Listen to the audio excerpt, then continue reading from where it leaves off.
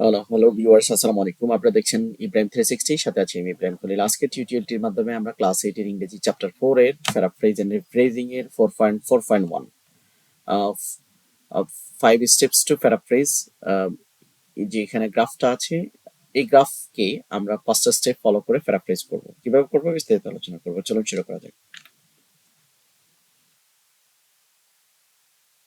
প্রথমে আমরা ইনস্ট্রাকশনটা দেখে নিই। এখানে বলছে look at the following graph. এখানে যে গ্রাফটা আছে, এই গ্রাফটা কি নিয়ে? Various causes of leaving schools of female students. Now discuss the information you have got from the graph. মানে যে তথ্যগুলো তোমরা এখানে পাবে, সেটা দিয়ে কি করো, সেই ইনফরমেশন গুলা নিয়ে আলোচনা করো। And right all the information as a text. এখানে যে তথ্যটা পাবে গ্রাফে, সেগুলা টেক্সটে লেখো। Finally paraphrase the text. পরবর্তীতে এই যে টেক্সটটা তুমি পাবে সেটা প্যারাফ্রেজ করবে, present it in front of the class. পরবর্তীতে এটা ক্লাসে উপস্থাপন করবে। Don't forget to follow 5 steps of paraphrasing. Paraphrasing করতে যে 5টা স্টেপের কথা বলছে, সেগুলা করেই আমরা এটাকে প্যারাফ্রেজ করতে হবে। তো প্রথমত আমরা এখানে ধরে নিলাম যে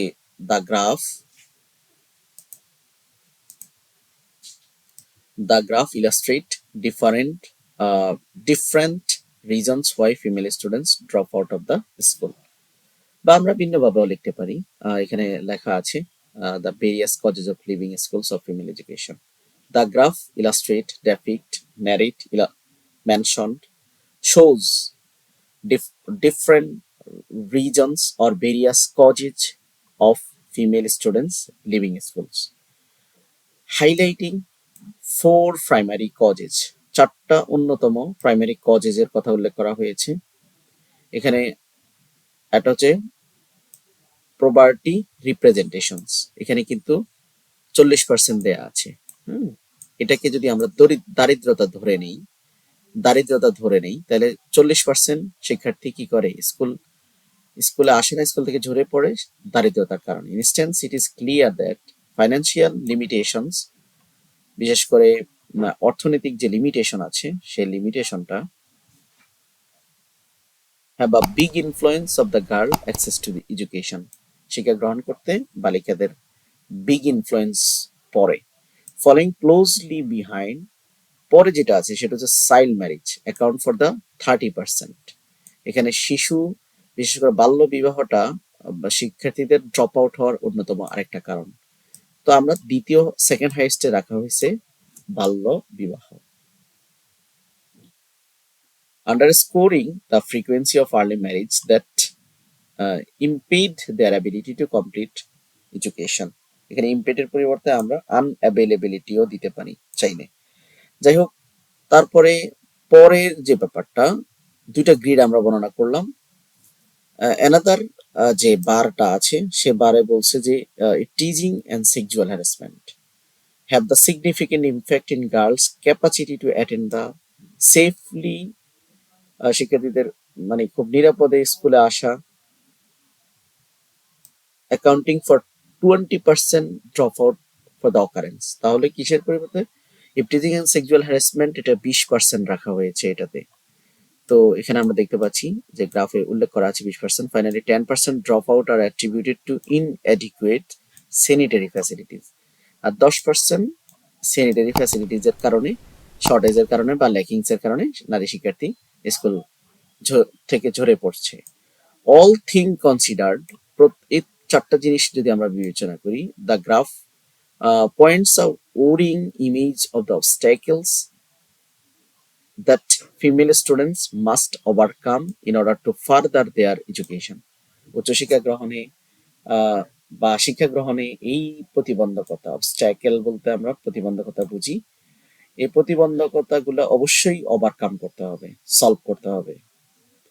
তারপর additionally it is highlight how urgently poverty, child marriage, তারপরে harassments and sanitation must be addressed. কিভাবে এই যে 4টা বিষয় এগুলো অ্যাড্রেস করা যায়, এই আমরা ধরে নিলাম এটা হচ্ছে আমাদের লেখা। এটা তোমরা বিভিন্নভাবে উপস্থাপন করতে পারো। এটা তোমরা কি করছো, গ্রুপে সকল শিক্ষার্থী মিলে প্রত্যেকটা গ্রুপে এভাবে তোমরা যে গ্রাফটা আছে সেই গ্রাফটা বর্ণনা করেছো। এখন গ্রাফটা আমরা টেক্সটে লেখার পরে আমরা এখন কি করতে হবে, প্যারাফ্রেজ করতে হবে। তো বেশ কিছু কৌশল কিন্তু বইতে রয়েছে, কৌশল করে প্যারাফ্রেজ করা যায়। তো আমরা এখানে প্রথমে যে প্যারাফ্রেজটা করব সেটা করব কি দিয়ে, সিনোনিম ব্যবহার করে। এখানে ফুল যে টেক্সটটা কিছুক্ষণ আগে আমরা আলোচনা করেছিলাম, এখানে আমরা এই যে, আমি যদি এটা করে দিই নাই বাট আমি মার্ক করে রেখেছি, ইলাস্ট্রেশনের পরিবর্তে, ইলাস্ট্রেটের পরিবর্তে আমরা ডেসক্রাইব, ন্যারেট, রেফার দিতে পারি।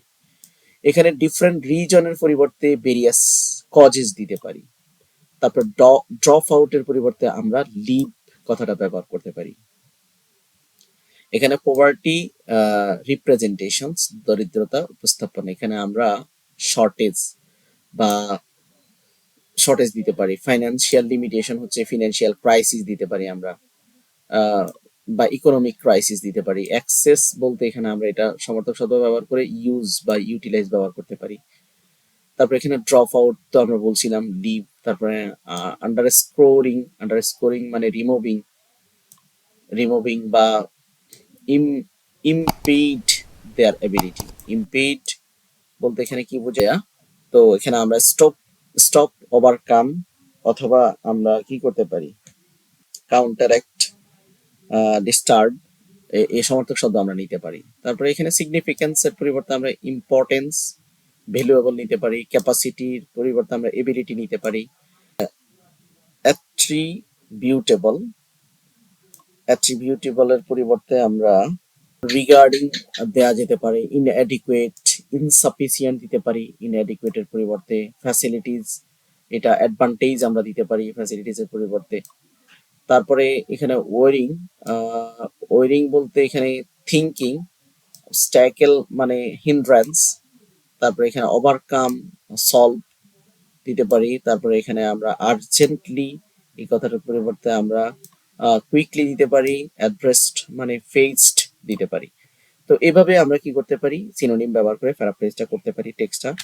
দ্বিতীয়ত আমরা কি করতে পারি, সেন্টেন্সের স্ট্রাকচার চেঞ্জ করে প্যারাফ্রেজ করতে পারি, স্ট্রাকচার চেঞ্জ করে বা রিফ্রেজিং করতে পারি। তো স্ট্রাকচার চেঞ্জ করে এখানে দেখতে পাচ্ছেন যে আমি কিভাবে স্ট্রাকচার চেঞ্জ করে করেছি, এটা আপনারা প্রয়োজনে স্ক্রিনশট দিয়ে রাখতে পারেন। হ্যাঁ, এটা বাক্য সিম্পল সেন্টেন্সে ছিল, এ সকল বাক্য কমপ্লেক্স এবং কম্পাউন্ড সেন্টেন্সে চলে আসছে। এভাবে করা যায়। আর আমরা চাইলে এটাকে ওই ওয়ার্ড অ্যাড করে বা রিমুভ করেও আমরা করতে পারি। যাই হোক, আজকে আশা করি বুঝতে পেরেছেন। পরবর্তী কন্টেন্ট 4.2 দেখার আমন্ত্রণ জানিয়ে আজকের মতো এখানে শেষ করছি। আল্লাহ হাফেজ।